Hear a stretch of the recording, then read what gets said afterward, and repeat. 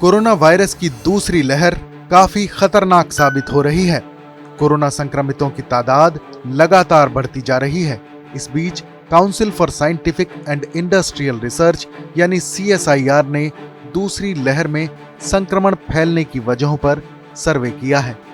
इस सर्वे में कहा गया है कि पिछले साल सितंबर महीने में कोरोना संक्रमण के चरम छूने के बाद भी लोगों के बीमार होने की पीछे की वजह ये हो सकती है कि सीरो सर्वे में पॉजिटिव पाए गए लोगों में कोई खास एंटीबॉडीज मौजूद ना हो जो इस वायरस से लड़ सकें।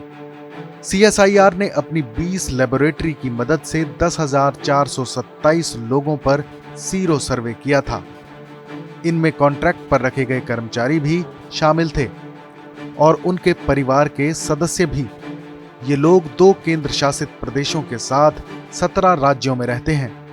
सीरो सर्वे में औसत पॉजिटिविटी रेट 10.14% था। इस सर्वे के मुख्य लेखकों में शामिल शांतनु सेन गुप्ता ने कहा कि पिछले 5 से 6 महीनों में एंटीबॉडीज की संख्या में काफी गिरावट आई है, जिसकी वजह से लोग कोरोना संक्रमण के शिकार हो रहे हैं।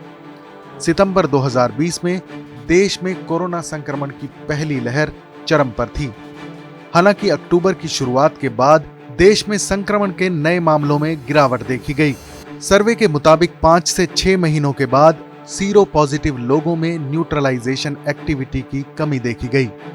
हालांकि CSIR के डेटा से पता चला है कि NC यानी न्यूक्लियोकैप्सिड एंटीबॉडी वायरल और इन्फेक्शन के खिलाफ लंबे समय तक सुरक्षा देती है।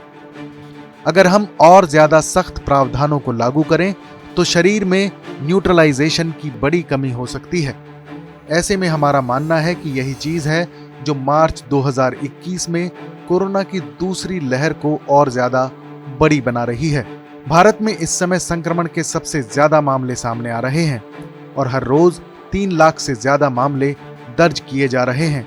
सर्वे में कहा गया है कि देश के कई स्थानों पर किए गए अध्ययन के मुताबिक 10.14% सीरो पॉजिटिव रेट का मतलब ये था कि भारत में कई स्थानों पर सितंबर 2020 तक लोग कोरोना से ठीक होकर इम्यून हो चुके थे, खासकर उन लोगों में जो एक दूसरे के संपर्क में ज्यादा रहते हैं और पब्लिक ट्रांसपोर्ट का इस्तेमाल करते हैं।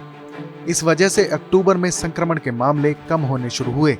हालांकि ये इम्यूनिटी इतनी काफी नहीं थी कि आने वाले संक्रमण की लहर को रोक सके, खासकर उन इलाकों में जो कोरोना संक्रमण से ज्यादा प्रभावित थे।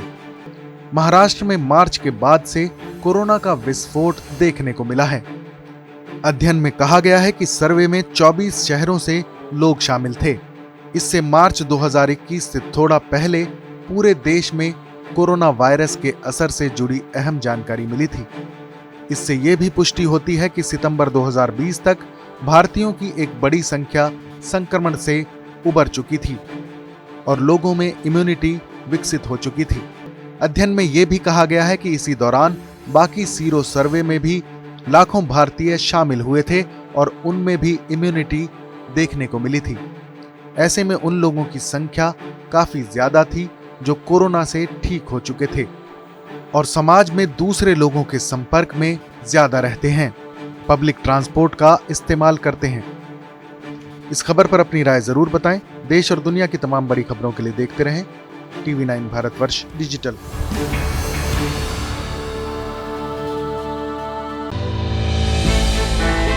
हमने की गलती फिर एक बार, कोरोना ने किया दोबारा प्रहार।